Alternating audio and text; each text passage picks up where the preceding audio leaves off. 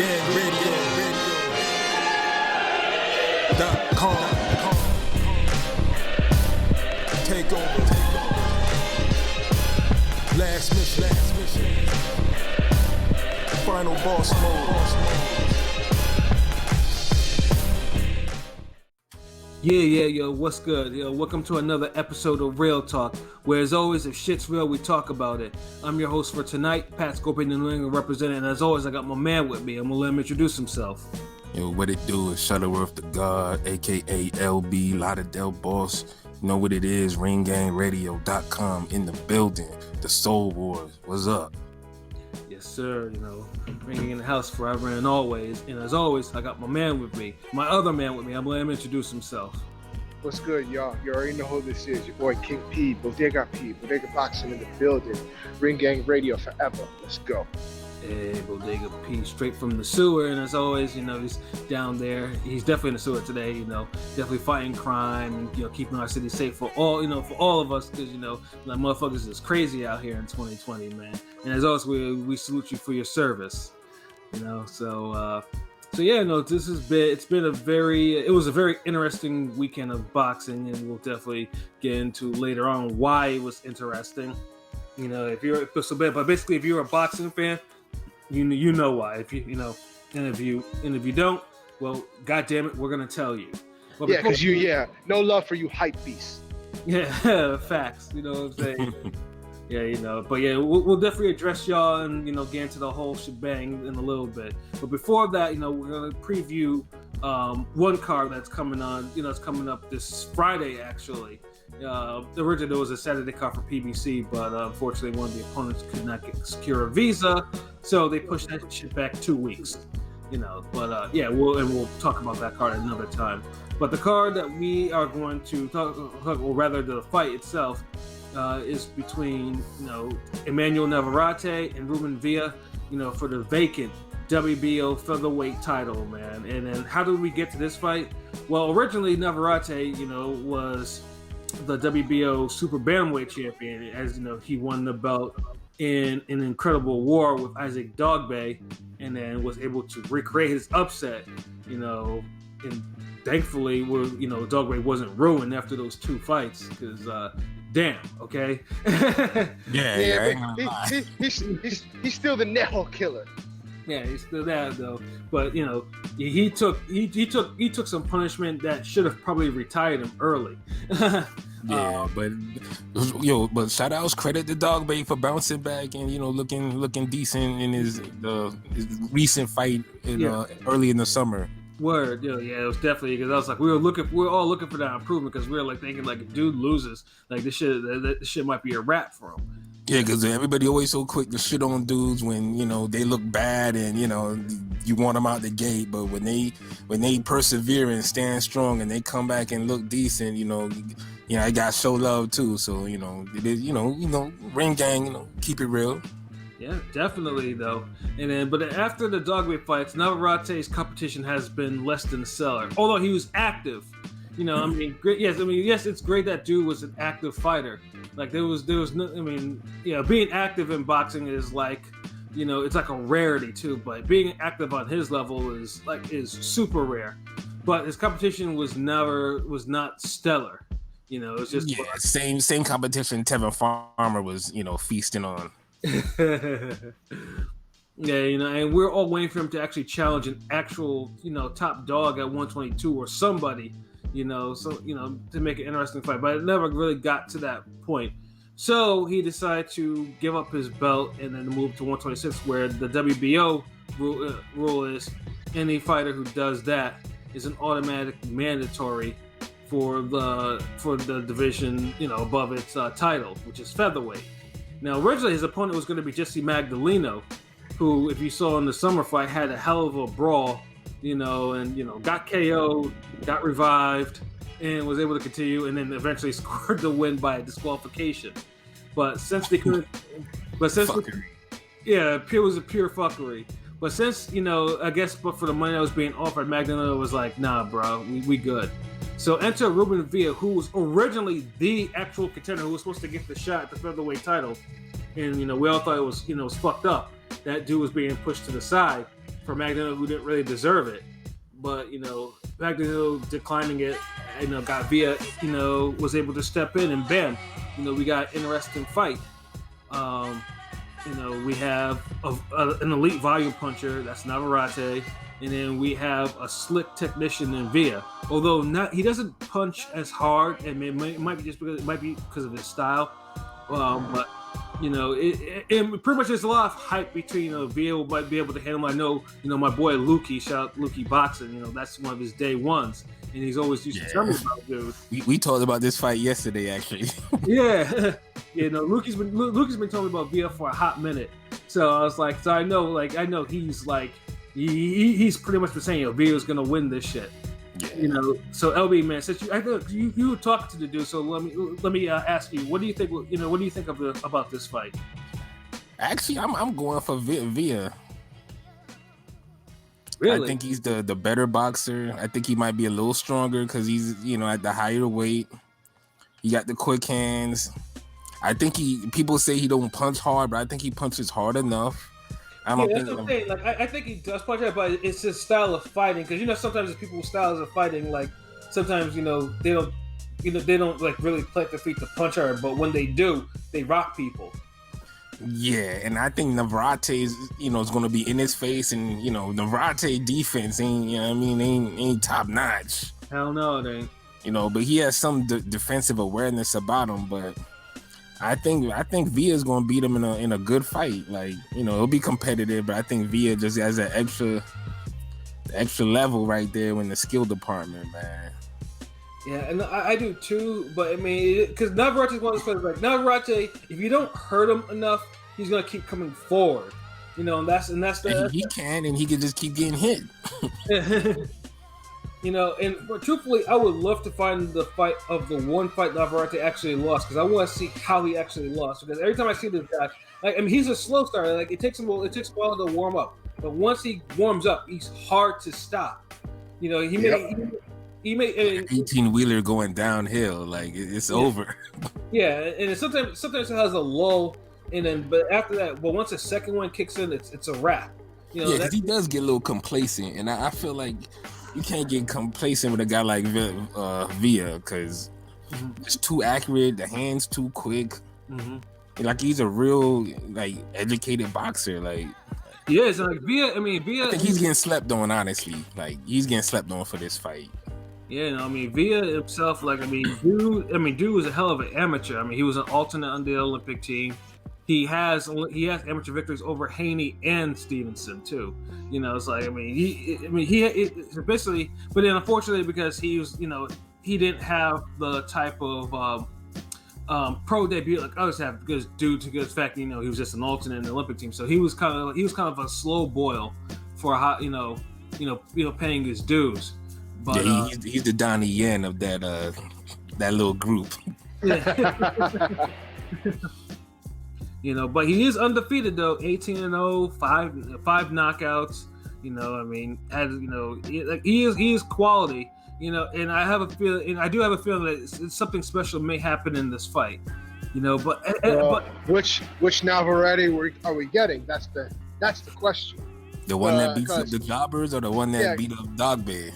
Yeah, or the slow, out of shape, shitty one from last fight. Damn. Yeah. And the funny thing is too, I think that was probably his last fight was probably. Oh no, his last fight he beat the shit out of the jobber, Navarrete. Yeah, he did, but he it took forever to get him going. Fuck. Took forever to get him out too. But yeah, it could be, maybe it might be a fact that Navarrete may not be as hungry as he was, when he beat Dogbear. Because he came out. He's moving up. He should be hungry. Yeah, facts.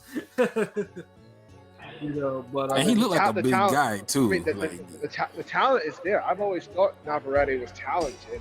It's Definitely. just like I said, like I'm not gonna go crazy, but I'm saying like he has a little teeny bit of I see a teeny bit of Morales in him at times, but he's just not consistent to me.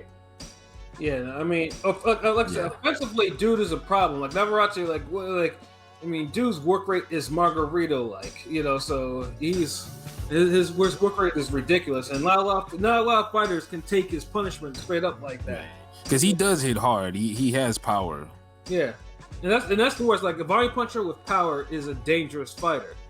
You know what I'm saying? And pretty much with those type, you have to be able to crack them back. Like now if only his defense wasn't so leaky. Yeah, because sometimes his hands get lowered and he's throwing shots from different angles, and a lot of times, sometimes they be kind of slow, like they be kind of telegraphed. So I don't know if he's fighting down this competition. Yeah, well, that's what I was gonna say. I like maybe he's playing with his food a little bit, like because he knows that nobody he's fought can make him pay for it. But he can't be doing that at the higher weights. Yeah, I mean, that's a bad habit, man. You should never play with your food, man. Yeah, not at all. Cause I've seen dudes in the gym, they play with their food, and then, one day they spar the wrong person, because some people, you think they in the background hitting the speed bag or the double in bag while you're sparring, and you don't think they paying attention, but they paying attention. I know I was that dude. I'm like, he likes to dip his head when he throws that. Okay. I give him a chance. Bow, you got your ass. Oh man, no, but like I said, I mean, right now, I mean, Top Rank has some momentum, in the fight. So, I mean, I have a feeling that Navarrete and Villa are both motivated right now. They're really motivated to do something.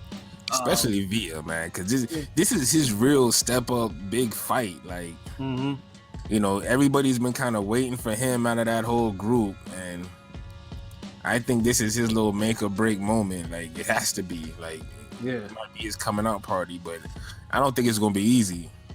No, it's not. I mean, if I see a knockout, it's probably gonna be a Navarrete. It's gonna be late in the fight if I do that. But I have a good feeling this will go to a decision. For all I know, it could probably be like maybe a war of attrition or whatever. But it all depends. It depends really if Villa can keep up with Navarrete's work rate once he starts getting going. Either that or be able to hurt him. One or the other. Yeah, and if you can make him, respect his punches. I mean, I think he will, because this is the thing. It's like, if he just keep turning Navarrete and being first, and he just keep landing and just, not allowing dude to get any momentum, like similar to the Vasquez Figueroa fight we saw recently. Yeah. But Vasquez, he couldn't really keep it up. Yeah, no, he couldn't. And then he would go into the ropes and just start getting bullied, and like he was landing too clean and too often to get bullied and beat up like that. But that's Vasquez. I think Villa is a high caliber boxer. Yeah, no, so do I. So I mean, I'm definitely hyped about this fight, man. So you better go to the body too. That's how you stop these big ass volume punchers. Shit. Yeah, that's true. Like, I mean, of course, sacrifice, because Navarrete is also a good infighter too. He is. He honestly, that might be the fucking difference maker. Like this is a hard fight to call. Like, and it's getting slept on. Like I don't know what's wrong with people, but there's a lot of sleeping going on in these damn ESPN bouts. Like, everybody bitched and moaned about the summer, and the bubble's not producing enough fights. It was decent. You had some gems in that bitch, but. Now that Top Rank seems to be rolling, everybody's like, waiting for the pay-per-view. I'm waiting for this. I'm waiting for that. It's like, nigga. Yeah, no, and then we're also gonna, I forgot to talk about that later, but it seems like and it's just among boxing media, like let's just say more people, it's people with agendas that'd be like, I know. I don't know who these are, or I don't know this, or this doesn't look cool, or this doesn't look exciting. There's, for some reason, there's a lot of Top Rank. Yes, Top Rank does have its mid cards, or sometimes even terrible cards. But Top Rank, is doing its duty. Like, I mean, they've actually, it's not like the Zone right now. I mean, they're actually trying to put on some fights. And. Yeah. They make a lot of second tier level solid fights, man. I gotta give them credit. Like, there's only been a few missteps for the bigger events that you would want from them. And obviously, the Monster and Casemiro fight is one of them. Right, but it seems like I said, it's just a certain segment of like let's say boxing YouTubers or whatever that try to pretend that this shit shit is not happening, and they go and report on some other shit even after that shit, even though there's nothing to really report, but they just want to talk about that shit, even though it's like stupid. It's like shit, even on Twitter, there's more people talking about the damn who gets into the Hall of Fame than there is fucking this fight. Yeah, and it's weird, man. And it's just like, it wasn't like this for the chocolate review. Everyone was hyping about the chocolate. Everyone was talking about. I mean, it's not any surprise to me because, like I said, the hype beast. Yeah, these niggas is hype beasts. They don't care about that shit. Yeah, and even but like I said, we'll get into that later, like in terms of like reactions and stuff that I came across or whatever. But yeah, like don't sleep on Via Navarrete. Like something may pop off in this fight, man. Like nah, it will. Ain't no fucking maze about it, bro. Yeah, like if this fight becomes a stinker, I'll be like, wow. Yeah. Like, I mean, has Navarrete ever been in a bad fight, win or lose? Like. Well, there was that one because he was on the Wilder pay-per-view, Fury Wilder pay-per-view. That fight. Oh yeah, that was but I mean, I'm talking about a bad fight. That was bad for his standards. Yeah, because he took too long to get going, and once he did, it was a wrap. He took way too long. When I say bad fight, I'm talking about any John Ruiz fight. Let me see. Chris Bird, touch of sleep, Marquez Gainer, like those are bad fights. No. I mean, in terms of bad fights, I mean, obviously the first time I seen him was in the first dogfight fight, but none of his fights were bad. We're on that level of bad. Like, I mean, the one on the Wilder Fury card, it was just disappointing because like he took forever today to get going. Dude, better than Santa Cruz fight on that damn Floyd Pac undercard.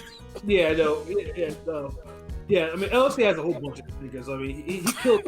He killed the vibe on Wilder, Ortiz 2 card too. Like after the first two fights were like, they've never been like a more unexciting Mexican buzz killing fighter than Santa Cruz. Like, let me see. Well, he has more entertaining fights than Canelo. That's also facts. I'll give him that. But yeah, no, these and of course, also when LC Tech was on, we start talking about that. Believe me, I'll have a lot to say about LSC. Yeah, he's loading up the chopper right now, folks. Yeah, facts though. But yeah, no, do not sleep on Via Navarrete, people. If it's Friday, because we have COVID now, so I know you're not going nowhere. I have a rarity. I probably not watch it live. Niggas still going out. Dude, like you don't see Florida, like everybody's out everywhere.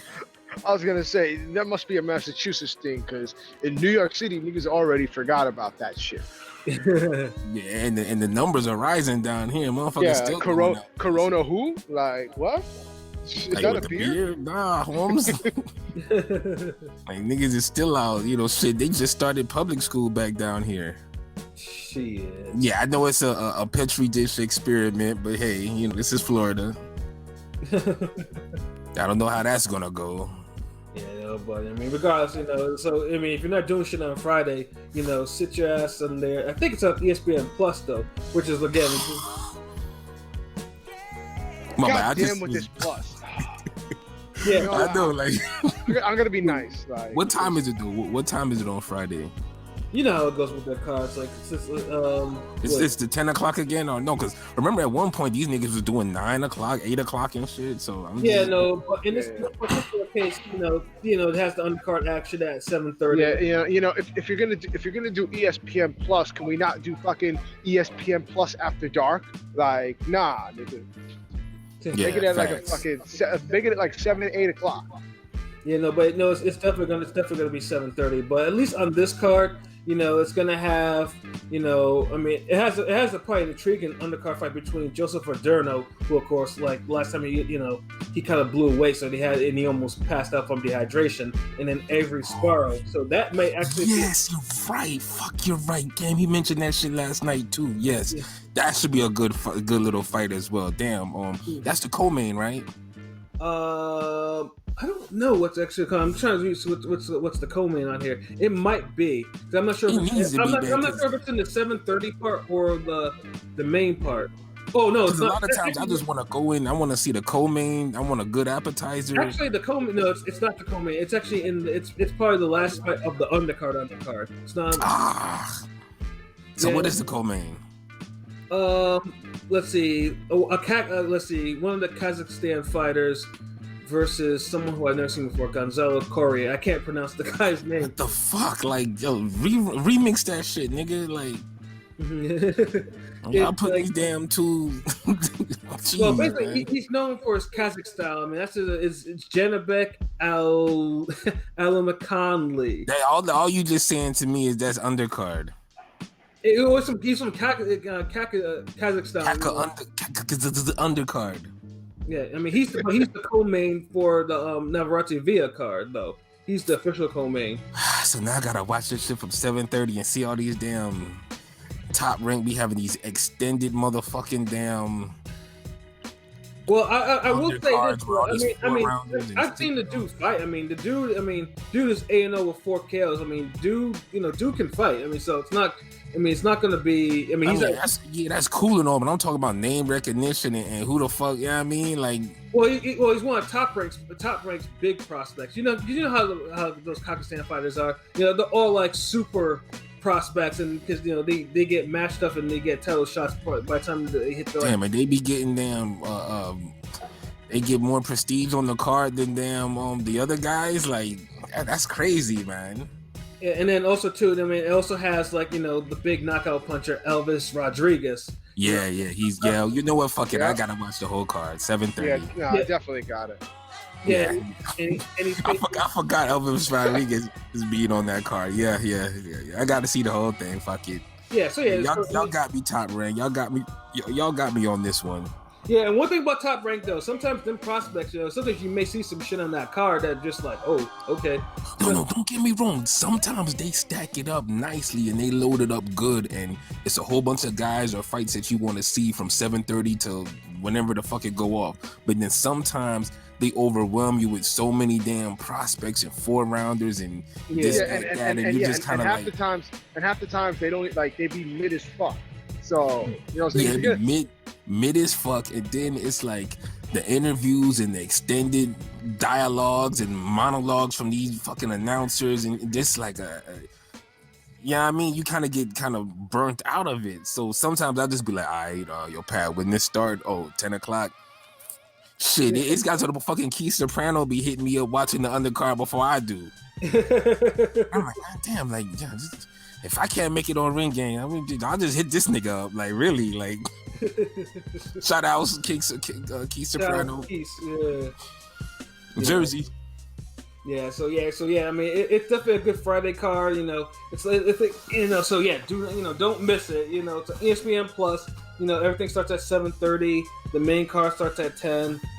So yeah, remember where you heard it first. If it pops off, remember where you heard it first, and then tell your friends to sub to our channel.